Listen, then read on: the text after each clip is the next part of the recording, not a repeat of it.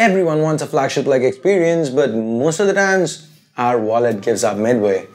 Today's video is for all of you guys out there who've always wanted a flagship in your hands, but were kind of turned away by the 50k plus price tag that most OEMs slap on their premier devices. This is our picks on the best phones around 35,000 rupees. The ones with the best price to performance ratio that's guaranteed to make you as well as your wallet smile.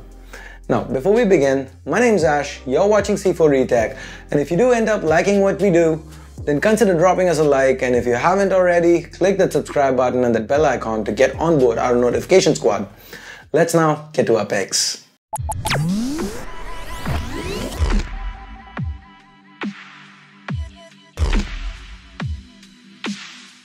What's the best way to get a flagship-like experience without burning a hole through your wallet? Well, get last year's flagship, of course.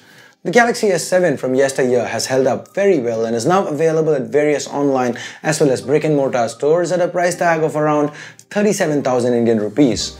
Available in either gold, silver or black, the S7 certainly looks the part of a premium flagship with its eye-catching glass design complemented by the Quad HD Super AMOLED panel to the front. As far as the rest of the spec sheet goes, the S7 is powered by the Exynos 8890 chip, which despite being a generation old, can trade blows with the current flagship Snapdragon 835. The optics haven't changed much in the last two generations, so the S7 has an exemplary camera, and in case you want to take some underwater shots, or you're just plain clumsy, because accidents do happen, like somebody likes to say, the S7 has you covered with an IP68 rating when it comes to dust and water resistance. The S8 is definitely better, but it also is a lot more expensive. The S7 gets you most of what the S8 does. Yeah, you don't get the infinity display, but at least you get a front-facing fingerprint scanner, something a little more ergonomic. So anyway, what if you have a slightly lower budget but you still want a flagship-like performance as well as a Quad HD display? Well, the Honor 8 Pro is your best bet. Priced very competitively at just under the 30,000 rupee mark, the 8 Pro comes with some stellar hardware underneath the hood. The Kirin 960 chip is a very capable performer, and paired with 6 gigs of RAM and a massive 128 gigs of onboard storage, the Honor 8 Pro certainly stakes its claim as a true flagship. Added to that, the dual cameras on the 8 Pro are quite competent with the monochrome RGB setup, pulling off some impressive looking shots in well-lit and indoor lighting conditions. That said, the camera setup is right out of the Honor 8, making it the oldest part of the hardware package, so the low-light performance on the Honor 8 Pro does leave a little to be desired. But if camera isn't your top priority, then there are very few flagships that can defeat the Honor 8 Pro's performance despite being nearly twice the price. Now, the problem with last year's flagships like the S7 is the fact that they might not be supported for as long as a 2017 phone. And the problem with the 2017 phone like the Honor 8 Pro is the fact that, well, something like MUI might not be for everyone.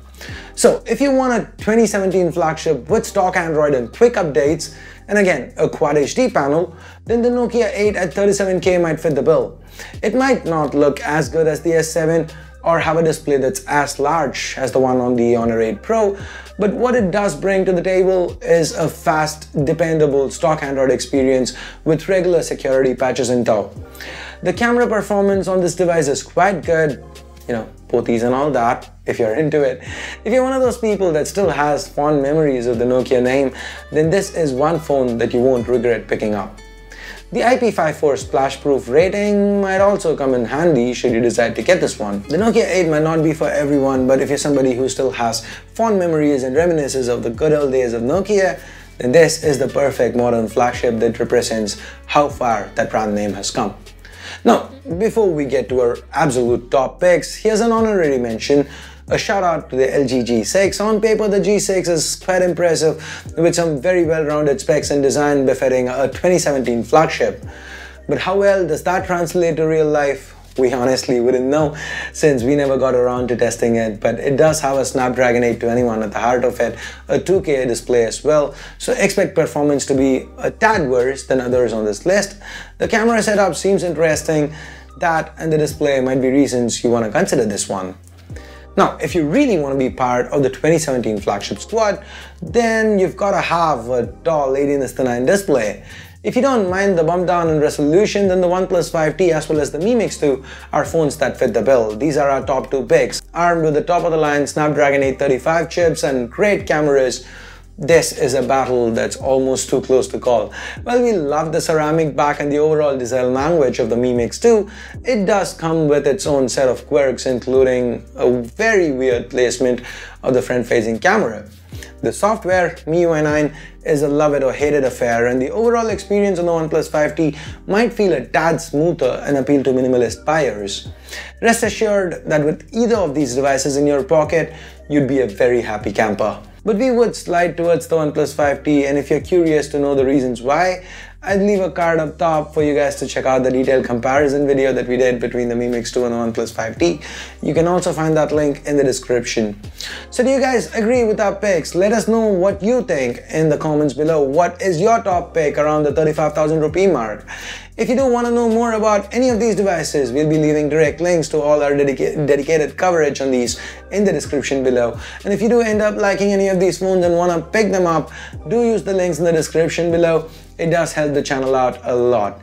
And with that, we come to the end of this video. If you guys hated it, I'm pretty sure you know what to do. But if you did like it, if you did enjoy our content, do give this video a thumbs up. Hit that subscribe and bell icons to get notified each time a new video goes live on the channel. That's it. Thanks a lot for watching. Till next time, this here is Ash. You've been watching C4E Tech, and I'm signing off for now. You guys have a great day. Bye-bye.